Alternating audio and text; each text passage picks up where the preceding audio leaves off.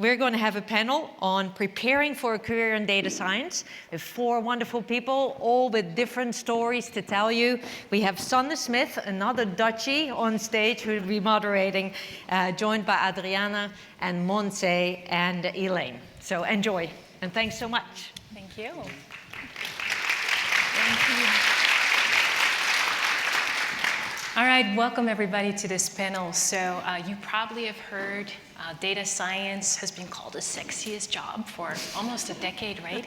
And nowadays the job is still very popular, well paid, and is still projected to grow for at least another decade. And I think today we've seen also so many instances where data science can make a contribution to just such a wide variety of topics.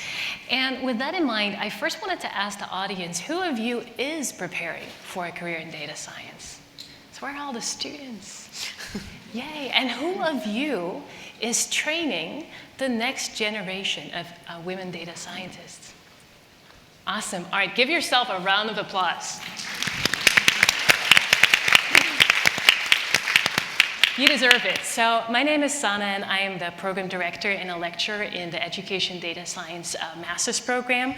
And joining me today are Montse, Adriana, and Elaine. Today, we are not going to give you the roadmap to becoming a data scientist. Instead, we're here to deepen your perspectives of preparing for a career in data science. So our panel comes from various backgrounds. They've had diverse experience, and they work in data science in different capacities and different roles.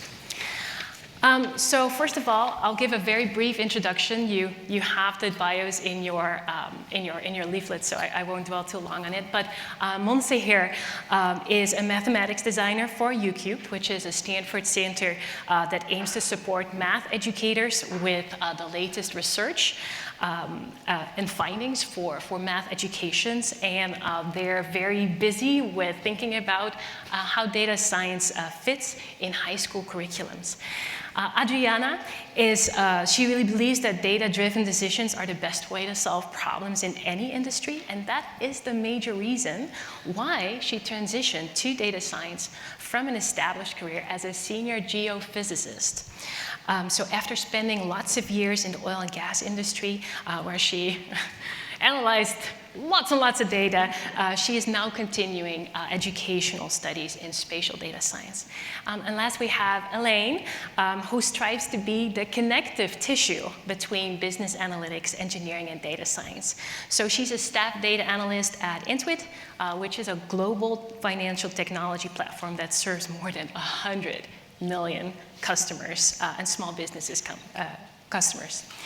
So we have a couple of exciting questions that I wanted to ask you today. And the first one that I wanted to start off with is, what has helped you to get where you are? And what advice would you have for others who would want to set off in a similar direction? I'm going to start with Elaine. Thank you for the question, Sanne. And absolutely an honor to be here. I think I represent a bit more on the analytic route of data science. And thinking back to the career, I think 2 things specifically helped me to set up my career. First is finding where my energy is at, and second is basically reaching out to ask people, what do you do, and how can I help? With that, let me share my personal story. So my undergrad study is in statistics and nutritional science. Then after graduating, I transitioned into basically a dream job that marries both disciplines, and I got into a research project, understanding the impact of obesity on diabetes. So I was very excited to join the hospital on this project, and after 3 months, I was completely miserable. And it was not the cadence I was expecting. And it basically will still be months until we start analyzing the data. So I was very crushed and trying to figure out what to do next. And I got an opportunity to talk to a lot of people around me and was introduced to something called website analytics at that time. And I was just so intrigued by that industry. So how you set a beaconing to collect the data, you can see people's interaction of the website through numbers and lines of data. And also, it's very close to customer experience. And you're very close to optimizing something that helps people to use websites and products better. And instantly, I just felt this surge of energy that felt like this is something I really want to get into. So it was really through talking to people around me, I got to explore this type of career. And eventually, I talked to more people, and a friend introduced me to another friend who was also in the industry. And just by myself sharing, this is what I learned in school, this is the type of project I have worked on, and this is the type of problem I'm able to solve. I was able to enter into the web analytic industry with Lululemon in the beginning.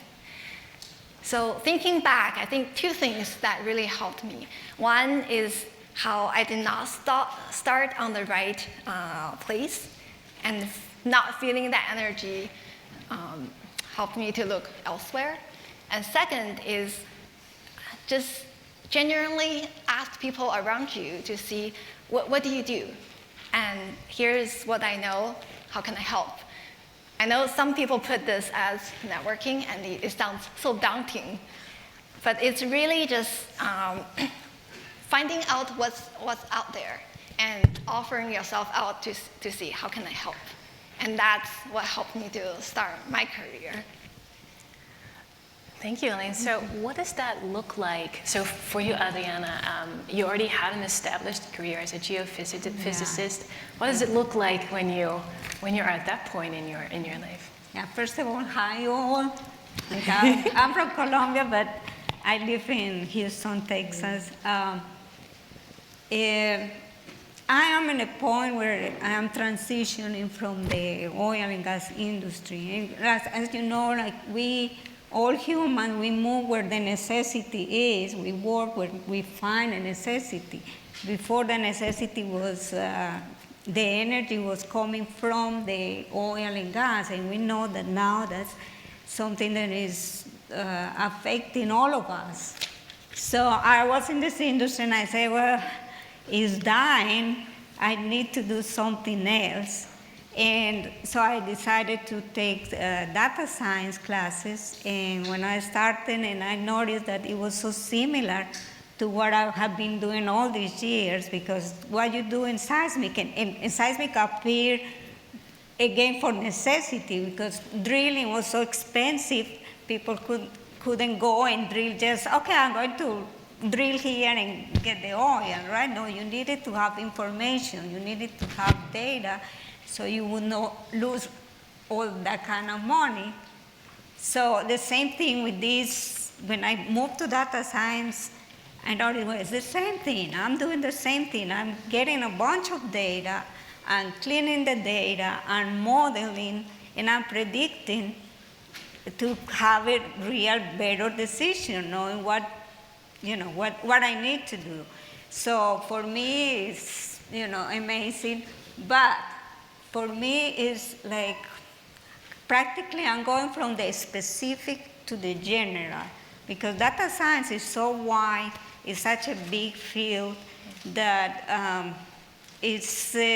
my recommendation is like somebody has to love the data that they are working with, be passionate about that data, because it's a very wide field. So it is my struggle now too, because, for example, if I apply for jobs, they want people with experience, and my experience doesn't apply to every single, angle. I mean, if I go to business, they say, well, you are not like a business person. Or if I go to, biology or healthcare, it's complicated.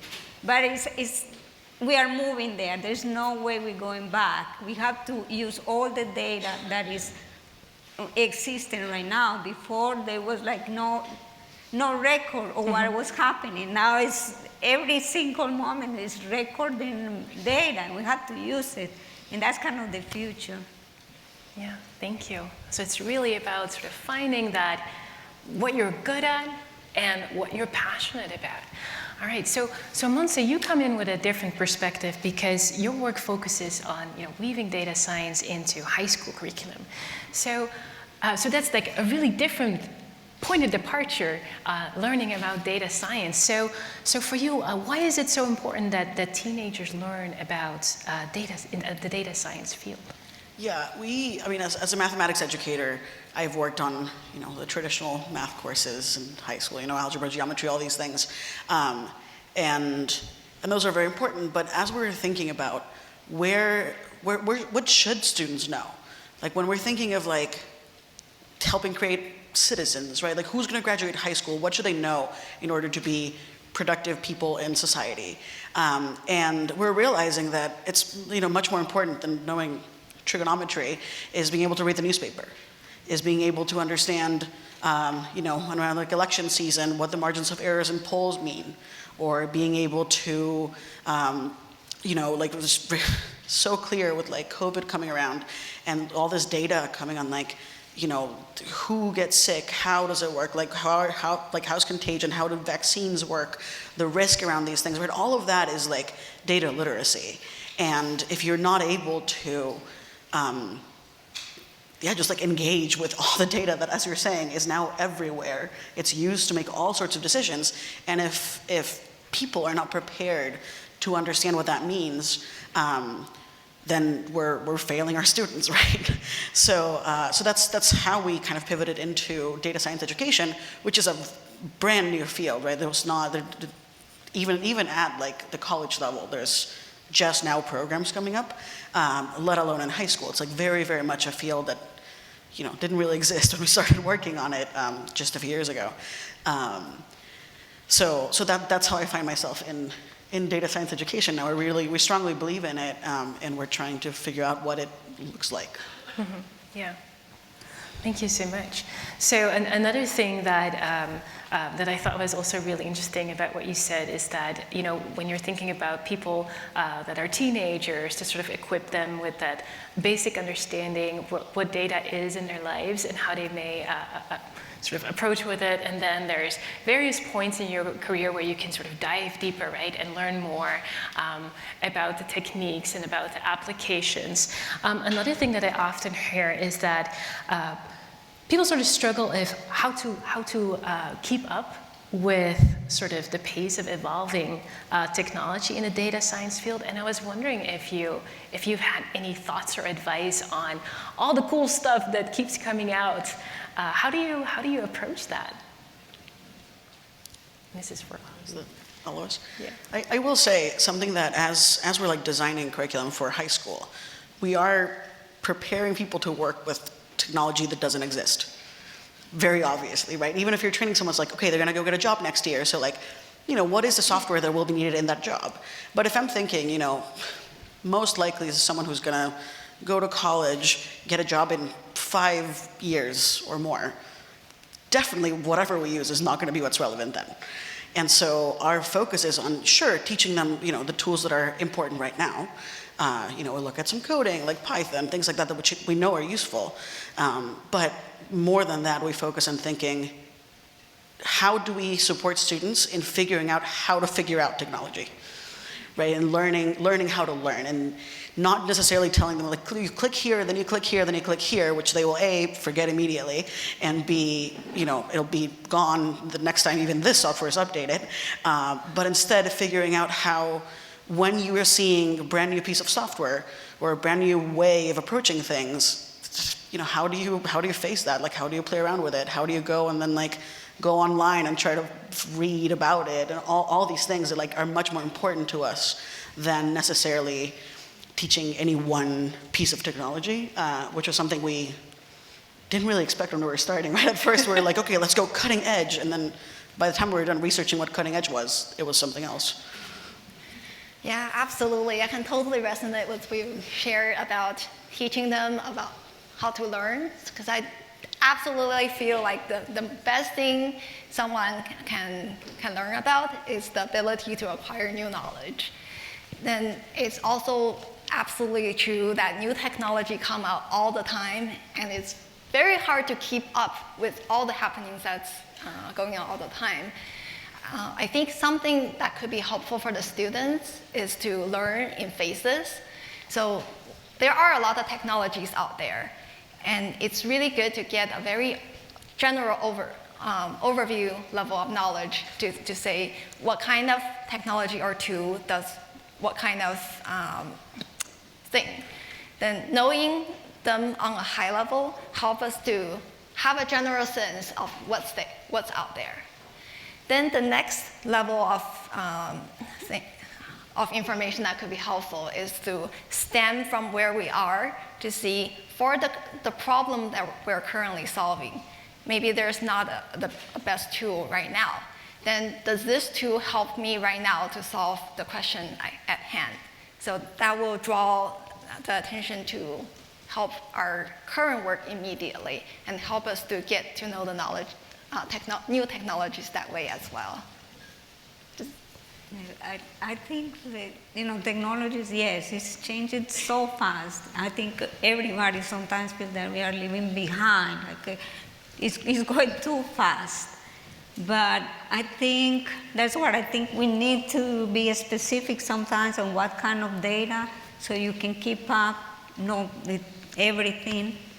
And so that's what I'm thinking education should be, like the data science should be first. It should be like a core class, and then it would be divided to people depending on what they are passionate about, again.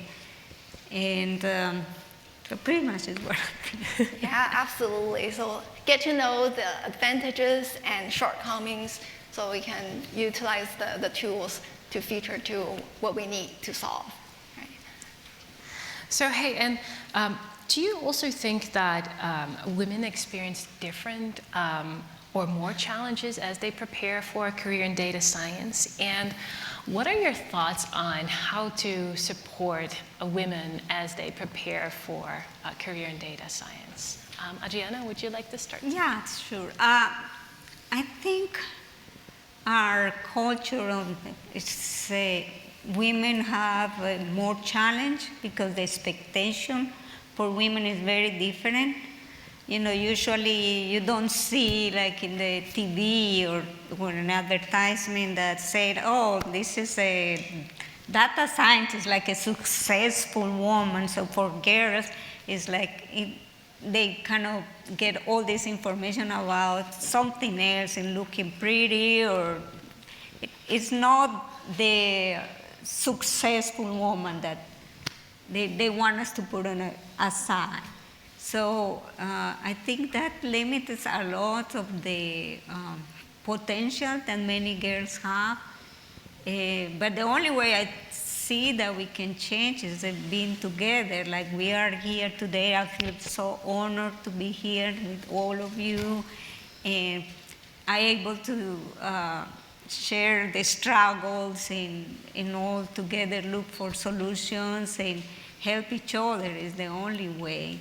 Because it's not only, we are so fortunate that we are here, and this world where we have a voice, but there's many women in the world that don't have a voice.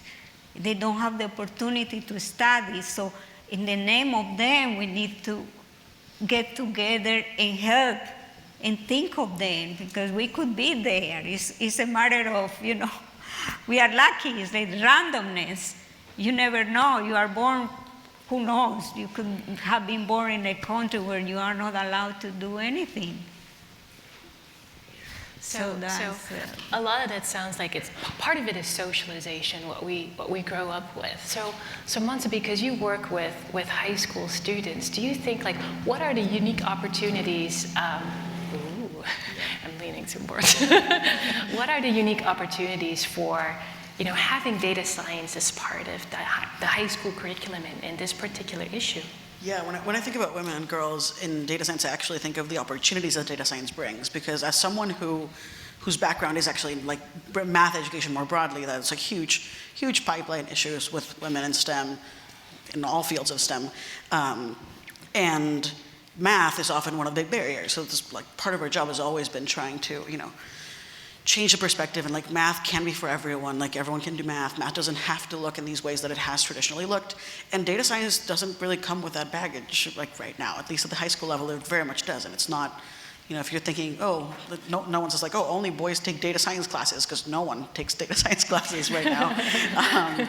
So it actually gives us this opportunity to have students come in, and they might not, have any expectations of who should be in a data science classroom. And also the field itself has this beautiful, I think a complicated but beautiful thing we were talking about, right? How it applies to everything.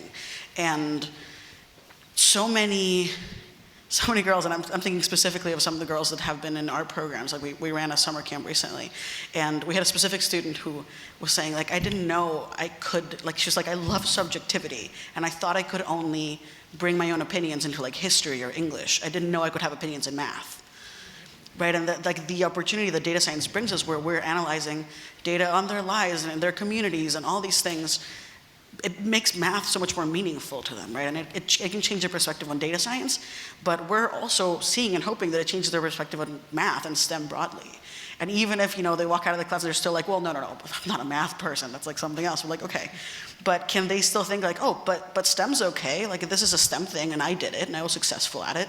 So to me, despite the barriers that we still see within data science, because it's not that they're not there, it actually represents a huge opportunity for students to see themselves as potential data scientists in ways that they might not see themselves as perhaps like just scientists or mathematicians, because those come with like more older societal baggage perhaps. Thank you. So Elaine, do you see, as you're working as a data scientist, also ways, like what are some ways that, let's say, companies or organizations have been supported you, or trends that you see in sort of ways to support women data scientists? Yes, of course. I think it's very encouraging that, from my own perspective, in a lot of in the companies I've worked in the past, there is a growing trend that diversity, equality, and inclusion are becoming a more and more strong focus area. There are a lot of employee resource groups, like Women in Data Analytics, Women in Tech, and also, say, Into Women's Network, that have a lot of like-minded women and also men supporting women together. And being in that network often makes me feel like there is a focus in this area. There is a devoted intention to become better in this area. Not saying there's no inequality at all, but I feel a lot of companies are actually actively spending energy and effort to bring inclusion and equality to the workplace. And from my personal experience, I actually feel like data science is a field that's really blessed, that I've never felt like I'm disadvantaged because I am just because I'm a woman. So it's rather a gender-neutral field from how I have experienced. And probably because of the environment I have been in, been very fortunate. And there have also been situations or times where I was completely just supported and encouraged by small things that's happening around me. It can be small things like so I shared an idea and it wasn't first heard. Then another colleague repeated similar idea, and that colleague happened to be a man or someone else. And there were people actively speaking up to say, yes, I heard Elaine mentioning this idea earlier, and I'm glad that Zhang also have the same recommendation. So it's great that we have both people having a similar insight. So small things like that really empowers me, and I think it will empower other people as well to feel heard. And I think that's something that's great for us to do on a daily basis. Voice it, acknowledge that someone have shared an idea if it's not taken up at first. And by speaking things like this very neutrally, it helped to surface the idea again and help the person with the idea to feel heard. And when we all do this, and when we do this for each other, I think it will become a norm that everyone gets heard. And there's also no assumption that maybe one person's idea wasn't heard just because it's a woman. Maybe it's not a gender-based thing. So I think we're all designers of our own experiences, and we can certainly support each other in small ways like that to promote equality, inclusion. Right, thank you. So, do you remember a specific experience where you wished that you've done something differently in your career? So, like, if you were to do it over, what would you change? You can say. Okay. For me, yes, of course, it's like when I think of, like how my career had progressed, and I was thinking, oh my God, this industry is declining, and seeing those massive layoffs, and I thinking I'm like in the wrong place. I mean, I choose the wrong career, but I think I should have maybe jumped earlier to data science. But I was thinking, well, maybe I make it. So I think that was like a mistake, maybe not. Because anyway, I learned a lot of things on geophysics, and I think right now, if I get another opportunity, I can apply a lot of things that I see different. Sometimes when you see like a graphic and you see it from different angle, you might find the answer. Maybe somebody that is in the same industry, like you can change the visualization and find and say, oh my God, that's what I need. So that's kind of what I said was my point where I look back and I say, well, I maybe should have done that. My prediction should have been earlier. I was thinking already, based on the data, that I should jump, but I didn't. Well, but now I still did it. So I'm here trying to find a job, and I'm happy to have learned so much. And if, I did a project for the prediction and the diagnosis of the cancer. And of course, at the beginning, I'm like reading about, looking at the data and the size, and I couldn't figure out what was the size of these cells. And it turns out it was not size, it was pixels. And I was like, I'm used to, centimeters, millimeters, what do you see? But I learned so much, and I was so passionate doing this, and I said, hey, well, yes, I'm used to seismic data, but this is very interesting. I love it. So that is my take on that question. Yeah, that's a really good perspective. I think thinking back to my transition from my education into working in the industry, something occurred to me is that there is a bit difference between what we learn in school and in the industry. And the biggest difference is how in school, in projects and exercises, the end goal is usually very clearly spelled out. And there is usually good answers and certain things that the professor or the assignment is looking for the student to learn. But once getting into the real working field, one of the biggest challenge or the biggest part of the work itself is to figure out what we're trying to figure out. So the questions are usually very vague, and our success of being a great analyst, a great data scientist, actually comes from successfully navigating the ambiguity. So something that I think would be really helpful for all the aspirational data scientists while in school is to keep practicing that communication aspect, that soft skill aspect, in a way that when there's a question in the assignment, ask the professor, why are we asking this question? What is the end goal we're trying to solve? Really try to get behind the question and to find out basically the question behind the question. So keep practicing that communication skill. Keep being able to peel back the layer of the onion.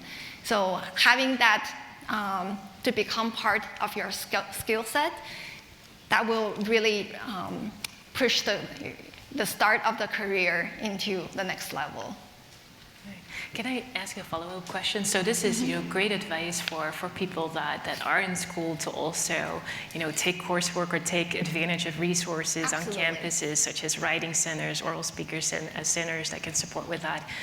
What about people that are currently supporting early career data scientists?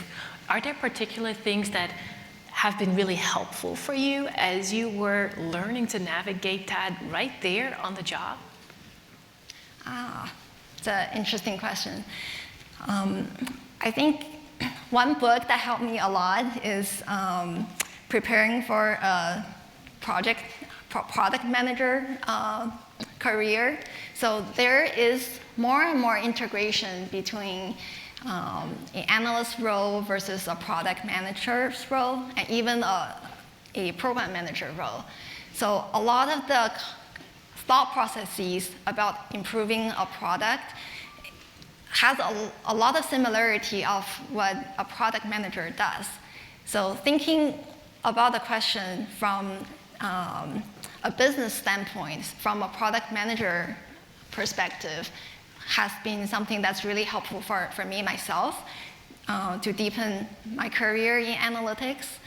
And it will no longer be just crunching number or doing deep dive analyses, but more about thinking what would be helpful strategically to find out the right solution for the context of my company. So it's both the right solution and the right context, and to start thinking about questions that we encounter basically in a fuller picture.